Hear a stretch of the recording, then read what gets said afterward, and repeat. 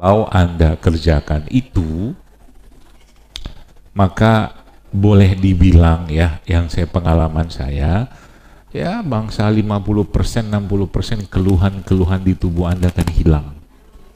Beneran. Percayalah saya. Karena udah banyak banget yang mempraktikkan begitu. Semudah itu. Selama seminggu aja Anda praktekin itu. Tapi indikatornya apa?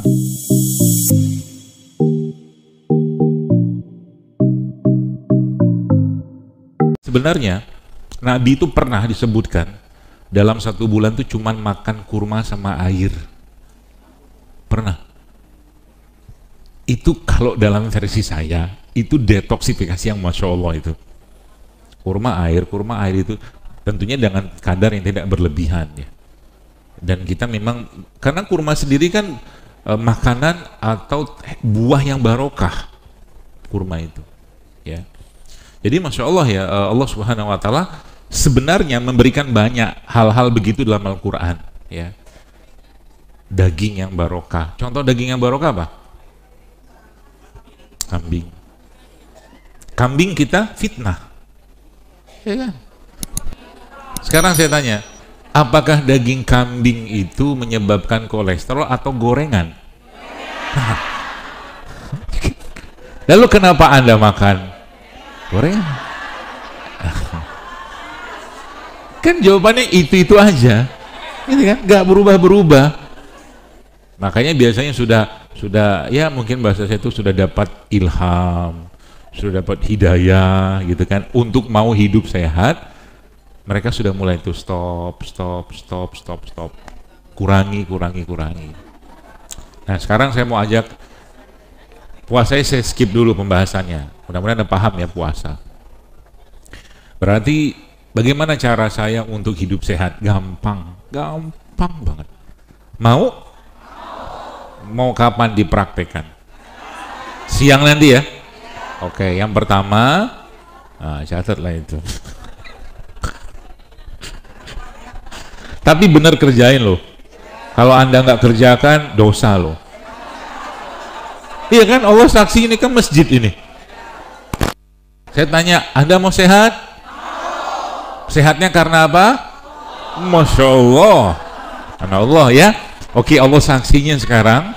Kalau Anda nggak kerjakan, Anda nggak amanah.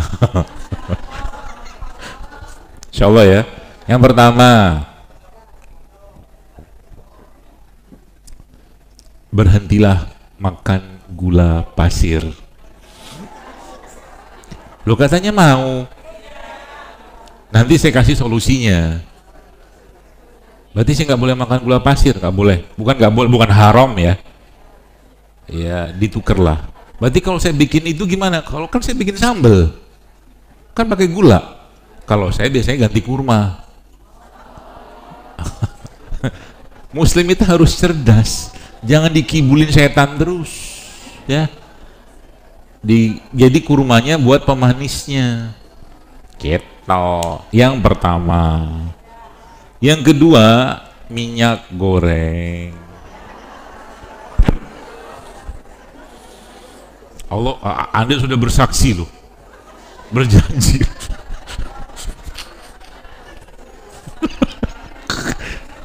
Gue ngerjain ibu-ibu nih. Yang kedua, minyak goreng ya, yang dari sawit, maaf, bukan kelapa. Kalau kelapa masih oke lah. Minyak kelapa oke. Minyak zaitun kalau kaya oke. Kalau duitnya banyak, goreng pakai minyak zaitun. Tapi minyak zaitun nggak bagus buat goreng setahu saya. Yang kedua, yang ketiga, terigu.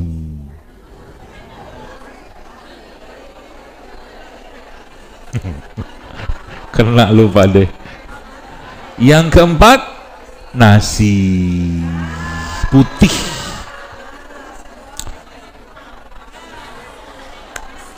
Bismillah ya. Siap siang ini ya.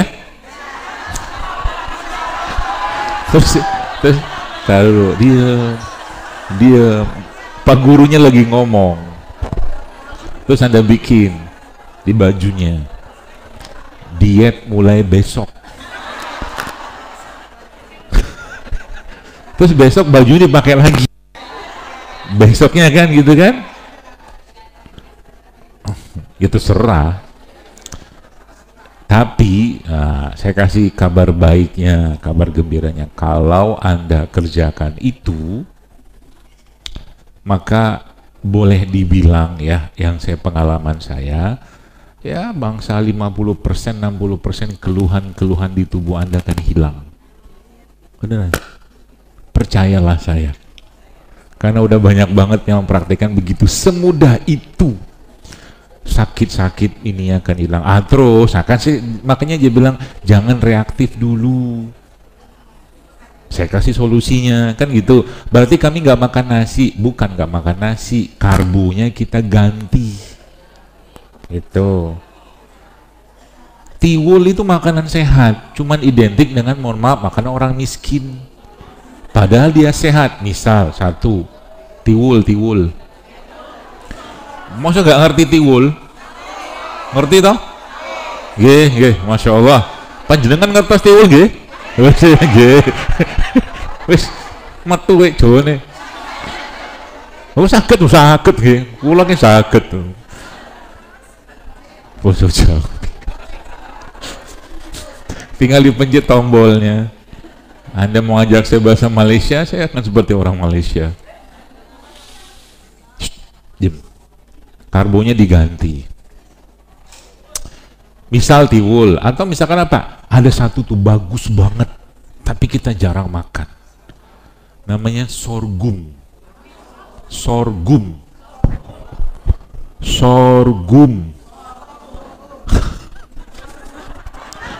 Kok nggak tahu sih? Sorghum itu dia nanti browsing aja deh, handphone kan ada banyak tuh, handphone aja lah. Pening pala aku jelasin. Sorghum itu salah satu jenis karbohidrat yang zat besinya lebih tinggi daripada nasi. Bentuknya mirip nasi. Sorghum, S-O-R-G-U-M.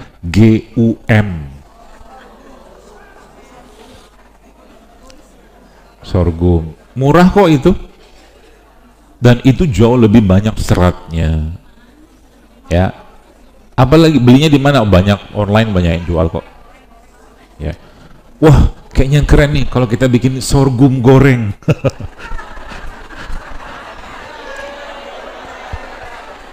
La haula wala quwata illa billah. Sorghum. Apalagi ubi, kan banyak. Ubi jalar, ubi cilembu, singkong, banyak. Jagung juga bisa. Beras merah, beras coklat, nah gitu. Misal, emang kenapa beras putih? Panjang ceritanya. Ya, itu berarti boleh dong makan karbo, boleh, tapi karbonya jangan banyak-banyak. Oke. Lalu yang kedua apa? Gantinya sudah banyak tuh gantinya. Berarti kalau kami nggak makan gula pasir, kami nggak makan gula dong. Banyak sumber gula sehat, gula buah. Anda makan buah, Anda makan kurma, itu kan gula juga. Justru lebih baik. Bagi kalau minum teh gimana? Nggak usah pakai gula. Kalau tetap Anda pakai gula, pakai madu aja. Misal. Atau kalau nggak gula aren, gula nira, jangan gula merah. Kenapa jangan gula merah? Panjang ceritanya. Ikutin saja kata saya. Ya. Wes manut, dah gitu. Gula aren boleh, gula nira boleh, gula jawa boleh, gula kelapa boleh, gula merah not recommended lah. Cuman beda warna doang soalnya pada gula pasir. Gula merah itu. Itu sebenarnya alasannya. Oke, mau ngobrol apa saya ngomong? Ya, kalau Anda mau ngobrol, saya ngobrol, saya biarin ngobrol. Soalnya waktu udah hampir setengah 12. Biar pesan pulangnya dapat soalnya, ya. Kemudian tadi berarti mulai sekarang di rumah biasakan minum madu. Ya. Madu seperti apa? Madu yang bener lah pokoknya. Kemudian apalagi tadi? Minyak tadi sudah saya jelaskan, ya. Usahakan sekarang apa-apa itu biasakan nggak usah digoreng deh. kukus, rebus, pepes, steam, ya. Coba deh, selama seminggu aja Anda praktekin itu. Tapi indikatornya apa? Jangan sampai badan lemes. Jangan sampai, berarti kalau badan lemes, berarti Anda butuh karbo, ya. Jadi makannya yang benar, tetap benar, cuman kita ubah sedikit. Berarti terigu Anda ganti, boleh ganti sama yang non terigu. Misalkan apa? Banyak tepung singkong bisa, tepung sorghum bisa, tepung sagu aren bisa. Ya, nggak mesti terigu. Contoh nih, misalkan ini gambarannya ya. Kalau Anda bikin apa namanya ya, cake, kue, bolu, ya, dari labu, itu kan nggak pakai terigu, ya kan? Nah, nanti gulanya Anda kasih madu boleh, kasih gula aren boleh, gula singkong boleh, gula kelapa boleh, sehingga nggak ada terigu di situ. Buat ngembangin sedikit nggak apa-apa, kasih baking powder ya, apa gitu kan? Nggak apa-apa, kan nggak ada terigu. Anda mau bikin misalkan banana cake, gak usah pakai terigu, karena zaman sekarang orang bikin banana cake, banananya nggak ada, cuman essence, betul? Udahlah essence, orang ketipu sama banana, bukan banana, pisang gitu. Pakai gula lagi, seterusnya, gitu, ya. Caranya begitu. Berarti tepung-tepung misalkan, oke, kalau saya gitu mau bikin bolu atau cake wortel, bisa nggak? Ya bisa dong, bisa, tanpa terigu, nah gitu maksudnya, ya, seperti itu. Sudah kan? Minyak tadi saya jelaskan, ganti minyak kelapa, atau pakai juga boleh pakai namanya ghee. Ghee itu tulisannya GHEE, itu minyak atau lemak dari hewan. Terus di rumah sudah mulai stop menggunakan margarin. Sebentar, jangan komen dulu, tenang aja, saya sudah tahu solusinya. Makanya jangan ribut.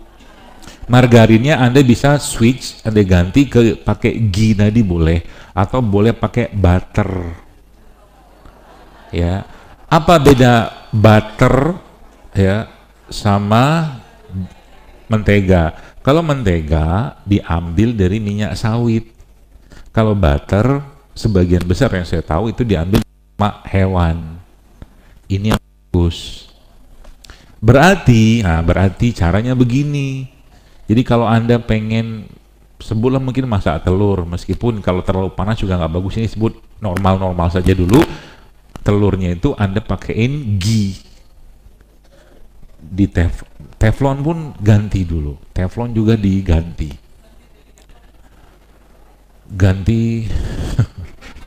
Banyak banget yang harus diganti. Pusing kepalaku. Ini kenapa saya ikut kajian jadi pusingnya, kata ibu-ibu. Karena teflon itu kalau sudah lepas lapisan itu pemicu kanker. Jadi jangan bangga-banggaan pakai teflon. Daripada Anda pakai teflon, mendingan pakai tanah liat. Wajan tanah liat, kuali tanah liat, itu lebih aman, ya. Atau kalau nggak pakai keramik, atau kalau nggak pakai kaca, kan ada tuh yang kaca tuh, ya, apa gitu. Jadi nanti masak telur tuh, katakanlah Anda punya wajan, juga bagus, besi juga nggak apa-apa, besi, iron cast namanya, iron cast. Tapi itu mahal.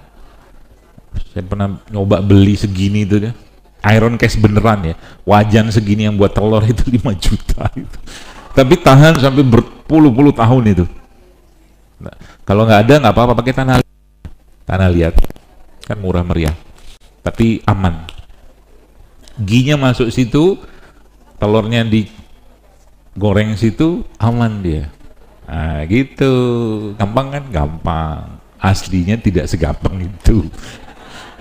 Sementara berhusnuzon saja gampang, ya. Gitu ya. Sudah tadi beras sudah. Berarti beras gimana? Tadi saya jelaskan, beras sudah, minyak sudah, gula sudah, terigu sudah. Itu saja Anda kerjakan, ya 14 hari itu sudah mulai kelihatan tuh badan lebih enak. Jadi nih saya tanya, kira-kira kalau pagi-pagi sarapannya apa?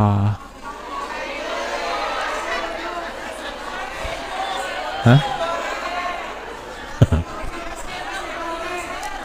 Enggak, kalau versi saya ini, kalau saya tahu Anda kalau sarapan pagi nasi segala macam, oke lah silakan. Tapi kalau versi mau berubah, judulnya kan mau hidup sehat, bukan diet loh, mau hidup sehat. Kira-kira sarapan pagi bagusnya apa? Bagus nggak makan nasi pagi-pagi? Aslinya nggak bagus, karena berat di badan. Anda lebih baik pagi kalau tetap pengen sarapan makan telur ayam kampung, telur bebek, ya itu. Habis itu makan sayur, misalkan sayur bening-bening gitu aja, ya. Habis itu minum rimpang, ya minimal kunyit asam kayak apa kayak bikin sendiri di rumah, cek sedikit, pukul-pukulin dia, kasih air panas, kasih madu, jadi dari itu benda. Itu sehingga nanti hari-hari Anda tidak terlalu banyak, Bapak Ibu, tidak terlalu banyak asupan karbohidratnya. Ya, berarti kalau pagi-pagi makan roti bagus nggak? Bukan masalah bagus nggak bagus ya, baik-baik saja sebenarnya. Cuman judulnya sekarang kita mau membangun kebiasaan dulu gitu loh, ya di pagi hari itu. Ya.